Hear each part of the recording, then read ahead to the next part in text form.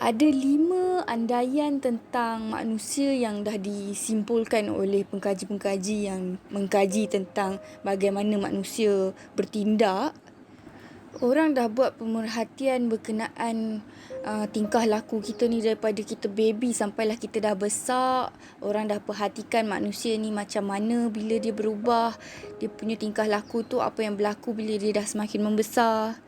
Dan hasil daripada andaian ni sebenarnya boleh bantu kita untuk cuba kenal dengan diri kita dan ambil tahu macam mana kita dipengaruhi oleh persekitaran kita, dalaman kita, otak kita, pemikiran kita untuk berubah ke arah yang lebih baik. Okey, so andaian yang pertama adalah baby.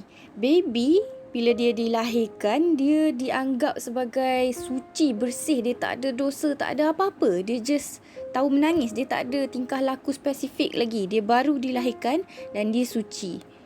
So, persekitaran dia ni lah yang akan bentuk dia, macam mana dia akan bertingkah laku nanti, sifat dia macam mana, itu bergantung pada persekitaran dia. So, sebab itulah orang cakap baby yang dilahirkan ni, yang baru dilahirkan ni umpama macam kain putih yang dihamparkan. Lepas tu, orang lain yang mencorakkan kain putih tu, macam mana dicorakkan, macam tu lah dia. So baby ni bila dia nak membesar, dia cenderung untuk ikut tingkah laku yang ditunjukkan kepada dia oleh orang sekitar dia, terutama ibu bapa dan keluarga. Andaian yang kedua adalah persekitaran adalah asas untuk memahami manusia. Sebenarnya kalau kanak-kanak ni dididik dalam persekitaran yang baik, yang sihat, dia akan jadi sihat. Tingkah laku dia akan jadi seperti yang persekitaran dia ni nak. Contohnya mak bapak dia didik dia dengan cara yang baik dan sihat, maka dia akan bertingkah laku seperti yang mak bapak dia nak. Jadi tingkah laku manusia ni berasasnya dikawal oleh persekitaran dia, yang peristiwa-peristiwa yang dah berlaku dalam persekitaran dia ni. So, waktu kita ni kanak-kanak, sebenarnya kita belum dibentuk oleh diri kita sendiri. Kita dibentuk oleh persekitaran. Kita ikut apa yang orang lain buat. Kita belum jadi diri sendiri lagi. Andaian yang ketiga adalah personaliti manusia dia terhasil daripada tingkah laku yang ditunjukkan.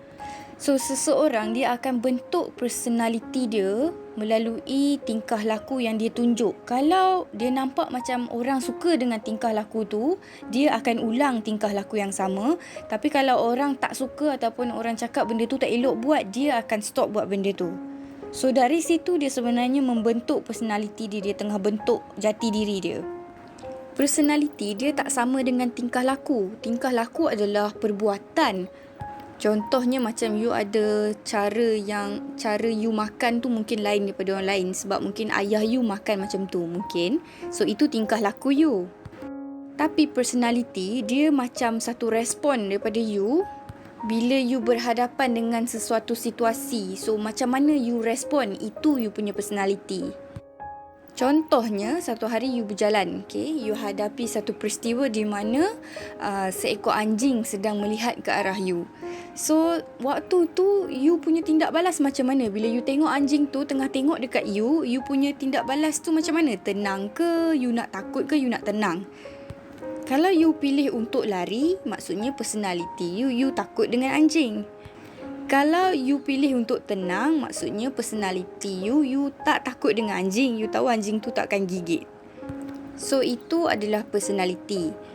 Sama juga asasnya respon you ni pun dipelajari daripada manusia sekeliling you, masyarakat sekeliling. Kalau dekat kampung you semua kanak-kanak suka lari daripada anjing, you pun automatik akan bila nampak anjing you akan lari.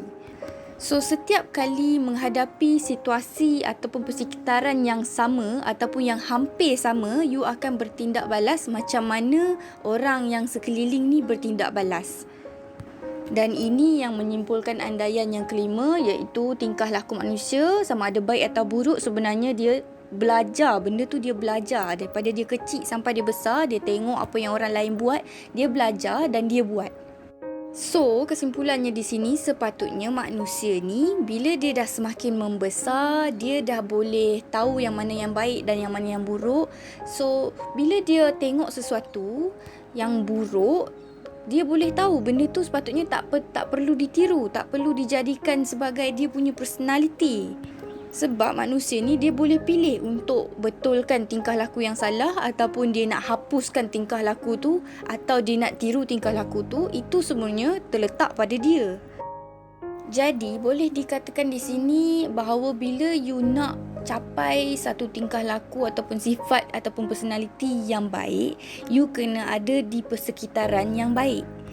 Tapi macam mana pun, walaupun you mungkin dibesarkan dengan personality yang kurang sihat, you tak boleh salahkan mak bapak you sebab waktu kecil memang you akan ikut saja sebab you tak boleh fikir. Tapi bila you dah semakin besar, you sebenarnya masih boleh belajar benda baru dan you boleh ubah sifat tu. So manusia ni sebenarnya boleh belajar untuk mendapatkan tingkah laku yang baik. So jangan salahkan persekitaran you yang dulu sebab sekarang you masih mampu untuk pilih persekitaran yang baik untuk kekalkan ataupun ubah you punya personality ke arah yang lebih baik.